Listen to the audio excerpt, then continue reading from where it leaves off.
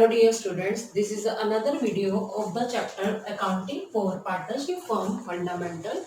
Today I am here to tell you the solution of question number 15. First of all, I am reading the question.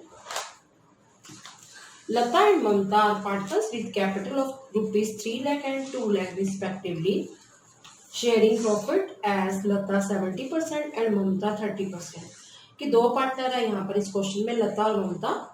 लता ने लगाए हैं 3 lakh rupees capital की form में और जो ममता है उसने 2 लाख लगाए हैं। Sharing profit as Lata 70% and Mamta 30% का मतलब होता है कि वो प्रॉफिट जो शेयर कर रहे हैं उनकी रेशियो 70% और 30% है। During the year ended 31st March 2016 they earned a profit of rupees 2,26,440 before allowing interest on partners loan। कि उन्होंने पूरे साल के एंड में 2,26,440 का प्रॉफिट अर्न किया है जो कि पार्टनर को लोन देने से पहले है। इट मीन्स हमें पार्टनर को क्या देना पड़ेगा, इंटरेस्ट और लोन देना पड़ेगा। The terms of the partnership are as follows की कुछ कंडीशंस टर्म्स एंड कंडीशन बताई हुई है। नंबर 1 लिखा हुआ है interest on capital is to be allowed at the rate of 7% per annum कि पूरे साल का हमने दोनों को इंटरेस्ट देना है कितना 7% पर एनम के हिसाब से। सेकेंड पॉइंट है Lata to get a salary of rupees 2500 per month कि लता को मंथली सैलरी मिलेगी 2500 पर मंथ है। पर मंथ होती है तो फिर क्या करते हैं 12 से मल्टीप्लाई करते हैं। तीसरा पॉइंट है interest on Mamta's loan account of 80,000 for the whole year कि ममता का जो लोन है 80,000 का उसके ऊपर हमें इसको क्या देना है, इंटरेस्ट देना है उसके लोन पर। लेकिन इस क्वेश्चन में हमें इंटरेस्ट ऑन लोन के अमाउंट रेट क्या है मेंशन ही नहीं है। तो तुम्हें पता है मैंने पहले भी आपको बताया था जब इंटरेस्ट ऑन लोन की परसेंटेज ना गिवन हो तो कितनी आती है 6% पर एनम। अगला पॉइंट देखिए number 4 interest on drawings of the partner at 8% per annum drawings being Lata 36,000 and Mamta 48,000। ये कहा गया है कि उन दोनों से हमने इंटरेस्ट ऑन ड्रॉइंग्स क्या करनी है, चार्ज करनी है। कितनी 8% पर एनम दिया हुआ है। ड्रॉइंग्स दिए 36,000 लता की और ममता की 48,000।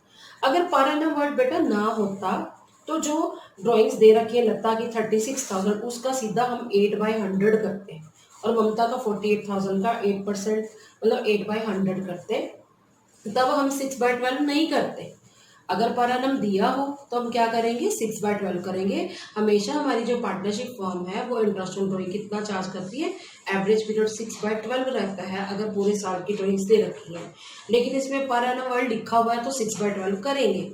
अगर पर एनम वर्ड ना होता सीधा ही हम 8% दोनों से चार्ज करते हैं इंटरेस्ट ऑन ड्रॉइंग्स। अब ये पॉइंट इस क्वेश्चन का नया पॉइंट है, देखिए number 5 1/10 of the distributable profit should be transferred to general reserve। 1/10 ना 10वां हिस्सा, ठीक है, किस में डालना है, distributable profit should be transfer to general reserve. कि डिस्ट्रीब्यूटेबल प्रॉफिट बेटा कौन सा प्रॉफिट होता है जिसको मैंने आपको बताया था डिविजिबल प्रॉफिट का 1/10 हिस्सा शेयर किस में डालना है, जनरल रिजर्व में। जनरल रिजर्व में मतलब कुछ पैसे हमने जोड़ के रखने हैं, वो पार्टनर को डिस्ट्रीब्यूट नहीं करने। तो जो बाकी बच जाएगा जनरल रिजर्व करने के बाद वो हम पार्टनर में कौन सी रेशियो में बांट देंगे, 70% और 30% की रेशियो में। Prepare the profit and loss appropriation account कि इसके अंदर हमें सिर्फ profit and loss appropriation account बनाना है। अब क्वेश्चन को शुरू से सुनिए, धीरे धीरे वर्किंग नोट बनाते जाएंगे। देखिए इस क्वेश्चन में क्या था, दो पार्टनर थी, एक थी लता एक थी ममता। उनकी रेशियो कितनी बेटा 70% और 30%। 70% में 70/100 और ममता की होगी 30/100। एलसीएम हो गया 100 तो रेशियो क्या बन गई 70:30 और इज इक्वल टू 70:30। अगर हम 0 कट कर दें तो हमारी प्रॉफिट शेयरिंग रेशियो लता और ममता की कितनी आ गई 7:3। अब हमने क्या करना है, वर्किंग नोट में इंटरेस्ट ऑन कैपिटल निकालना है। वैसे मैंने आपको बताया वर्किंग नोट नहीं भी बनाओगे तो भी चलेगा, आप साइड पे भी कर सकते हो, फिर भी मैं आपको समझाने के लिए करा रही हूँ। लता ने 3 लाख रुपीज लगाए हैं कैपिटल के तो 7% उसको इंटरेस्ट देंगे 21,000। और ममता ने कितना लगाया बेटा 2 लाख लगाया है, 2 लाख का 7% कितना आ गया 14,000। तो टोटल इंटरेस्ट कितना आ गया 35,000। हमने पूरे साल का इनको इंटरेस्ट दे दिया। आगे लिखा हुआ है लता की सैलरी 2500 पर मंथ की है तो मंथली होगा तो हम इसको 12 से मल्टीप्लाई करेंगे तो लता की सैलरी बेटा कितनी आ गई 30,000। ठीक है, उसके बाद हमें ममता का लोन दिया हुआ है 80,000 का, पर परसेंटेज नहीं दी हुई कि हमने कितना इंटरेस्ट उसको देना है उसके लोन पर। तो कितना बोला था मैंने आपको, 6% पर एनम। तो अब हम क्या करेंगे, इंटरेस्ट ऑन ममता लोन लिखेंगे 80,000 इंटू 6/100, तो कितना आ गया 4800। नेक्स्ट क्या करेंगे बेटा, इंटरेस्ट ऑन ड्रॉइंग्स निकालेंगे। लता की ड्रॉइंग्स है बेटा 36,000, उसके ऊपर 8% पर एनम लिखा हुआ है 8/100 इंटू 6/12। तो हम क्या करेंगे, इसको कैलकुलेट करेंगे। तो लता का आ जाएगा 1440। अब ममता का निकालेंगे इंटरेस्ट ऑन ड्रॉइंग्स, उसकी ड्रॉइंग्स 48,000 है इंटू 8/100 इंटू 6/12, फिर आ जाएगा उसका 1920। टोटल दोनों का आ जाएगा 3360। ये क्या है, इंटरेस्ट ऑन ड्रॉइंग्स है। अब हम निकालेंगे डिविजिबल प्रॉफिट। इस क्वेश्चन के अंदर हमारे पास 3 एक्सपेंसेस थे और एक इनकम थी। कौन कौन से एक्सपेंसेस थे, पहले तो ममता के लोन के ऊपर हमें क्या देना पड़ेगा, इंटरेस्ट देना पड़ेगा, जो कि चार्ज ऑन प्रॉफिट है। सबसे पहले हमें वो माइनस करना पड़ेगा। फिर हम क्या करेंगे, हमें इंटरेस्ट ऑन ड्रॉइंग्स अभी निकालना है 3360, वो प्लस कर देंगे, ठीक है। उसके बाद इन दोनों की हमने क्या किया था, इंटरेस्ट ऑन कैपिटल दिया था, दोनों का मिला के 35,000 आया था। और 30,000 का क्या है, उसको सैलरी दी थी। किसको सैलरी दी थी बेटा, क्वेश्चन के अंदर चेक करिए, लता को सैलरी मिली थी 30,000 की। अब दोबारा सुनो, डिविजिबल प्रॉफिट में हम क्या करते हैं, जो नेट प्रॉफिट है उसमें से एक्सपेंसेस को माइनस करते हैं और इनकम को क्या करते हैं, प्लस करते हैं। अब हमें प्रॉफिट दे रखा है क्वेश्चन के अंदर 2,26,440, माइनस करेंगे 4800, जो कि मैंने अभी आपको इंटरेस्ट ममता के लोन के ऊपर, ममता के लोन के ऊपर निकाल के दिखाया था बेटे 4800, वो हम पहले माइनस करेंगे। क्यों, क्योंकि ये चार्ज ऑन प्रॉफिट है। फिर हम ऐड करेंगे, ये बिजनेस के लिए इनकम है, इंटरेस्ट ऑन ड्रॉइंग्स, ठीक है, माइनस इन दोनों को जो हमने इंटरेस्ट दिया था। जैसे लता को 21,000 दिया था इंटरेस्ट ऑन कैपिटल और ममता को हमने कितना दिया था 14,000, तो 35,000 इंटरेस्ट ऑन कैपिटल आ गया, 30,000 की लता की सैलरी थी। हमने अब क्या किया, इसमें से पहले मैंने ये माइनस करके दिखा दिया, 221640 प्लस 3360 माइनस इन दोनों को माइनस माइनस को कर दिया प्लस 65,000। करने का तो हम सीधा कैलकुलेशन करते हैं तब भी हमारा 1,60,000 ही आता, पर मैंने आपको समझाने के लिए कि ये चार्ज पहले हमने क्या कर दिया, माइनस करके लिख दिया, फिर इनकम को प्लस किया और एक्सपेंसेस को माइनस किया। फिर हमने क्या किया, इन दोनों को प्लस किया, इनका आया 2,25,000, ठीक है। फिर उसमें से हमने 65,000 जो हमारा एक्सपेंस है वो क्या कर दिया, माइनस कर दिया, तो आया प्रॉफिट, डिविजिबल प्रॉफिट आ गया। इसको डिविजिबल प्रॉफिट को हम डिस्ट्रीब्यूटेबल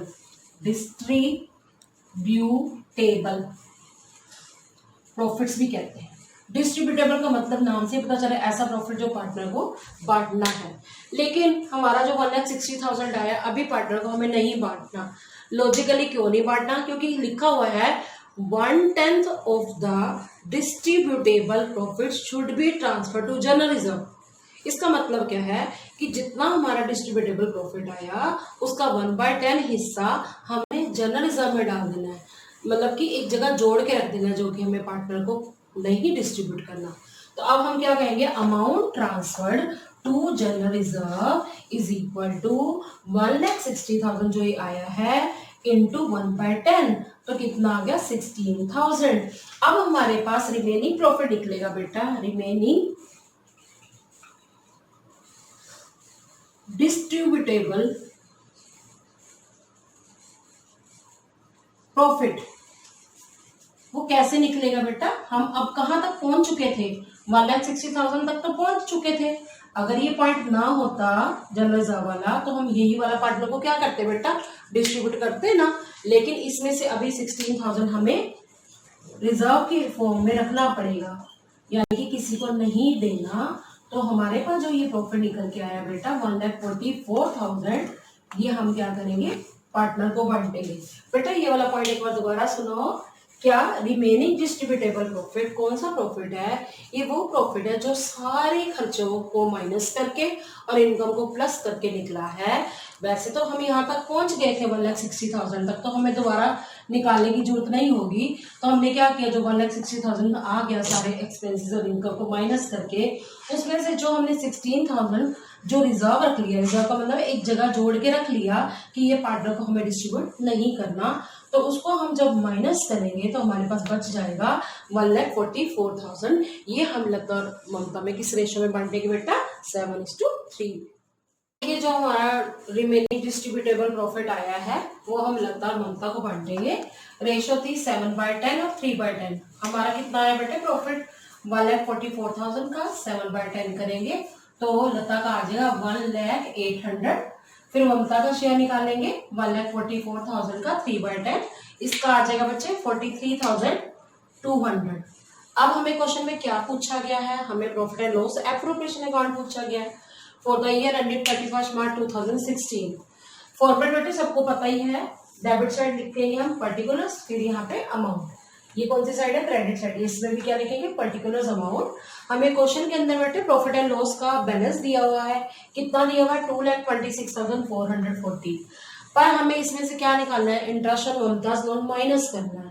अब देखा जाए तो इस क्वेश्चन में हमें प्रॉफिट एंड लॉस अकाउंट नहीं पूछा, तो हमें क्या जरूरत पड़ी है बनाने की? टाइम वेस्ट करें, है ना? इससे अच्छा हम क्या कर सकते हैं, जो पार्टनर को लोन दिया है, आपको पता है वैसे तो ये चार्ज ऑन प्रॉफिट है, ये प्रॉफिट एंड लॉस अकाउंट की डेबिट में आना चाहिए।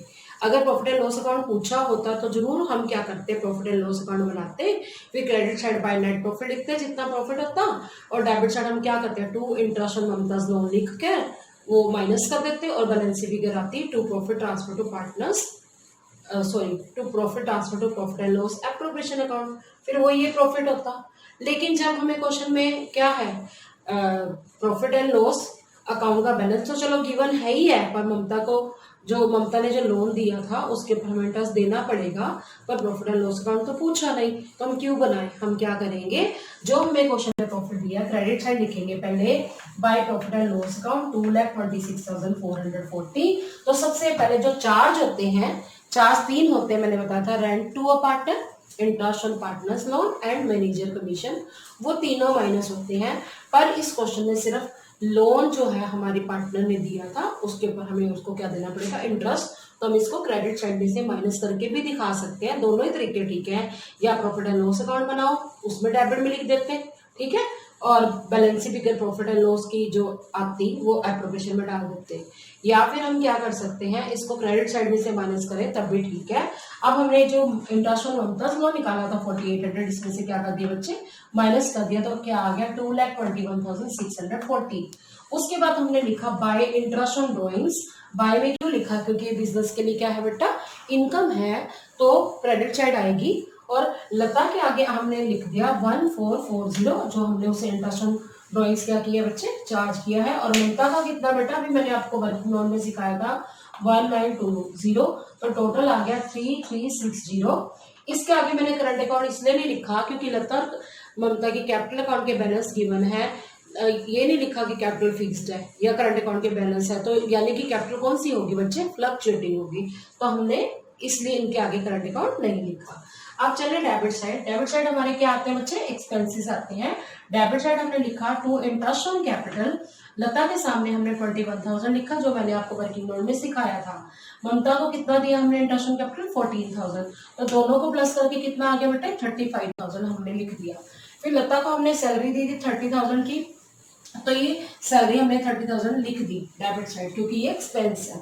फिर हमने कुछ पैसा जो डिस्ट्रीब्यूटेबल प्रॉफिट का 1/10 शेयर था वो हमने कहाँ ट्रांसफर कर दिया था बेटे, जनरल रिजर्व में 1/10, तो हमने लिख दिया टू जनरल रिजर्व 16,000। बेटे ये मैंने आपको पहले भी वर्किंग नोट में सिखाया था। अब हम क्या करेंगे, क्रेडिट साइड का टोटल करेंगे। क्रेडिट साइड का टोटल आएगा 2,25,000, यहाँ पर हम डेबिट में भी इतना ही लिख देंगे 2,25,000। अब हम डिविजिबल प्रॉफिट निकालेंगे जो कि हमें पार्टनर को बांटना है।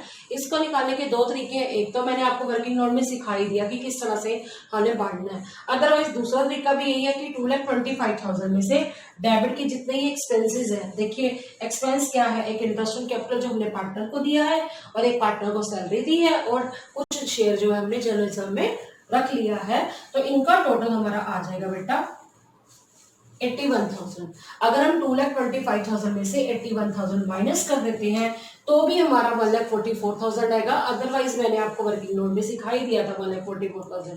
फिर उनकी रेशियो क्या थी, 7/10, 3/10 थी, ये भी मैंने आपको करके बताया। लता को कितना दिया हमने, 1,08,000, और ममता को कितना दिया 43,200, दोनों को प्लस करके देखेंगे तभी यही आएगा 1,44,000 और टोटल आ गया 2,25,000। क्रेडिट का भी आ गया 2,25,000।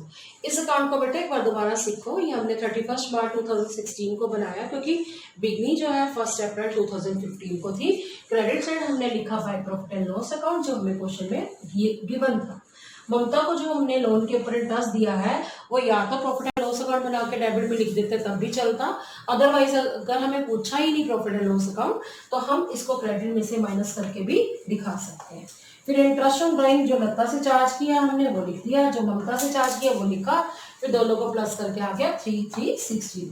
डेबिट साइड हमने क्या लिखा, जो लता ममता को हमने इंटरेस्ट ऑन कैपिटल दिया था, लता का 21,000 और ममता को 14,000 प्लस करके कितना आ गया 35,000। फिर हमने लता को सैलरी दी थी बेटा, एक बार चेक कर लेते हैं। लता को ही सैलरी दी थी ना हमने, तो कितनी सैलरी थी बेटा 30,000, 2500 पर मंथ थी, तो 12 से मल्टीप्लाई करके 30,000। फिर हमने कुछ पैसा जो है रिजर्व में रख लिया, जनरल रिजर्व 10% रखा था, ये मैंने आपको वर्किंग नोट में सिखाया, 16,000 आ गया।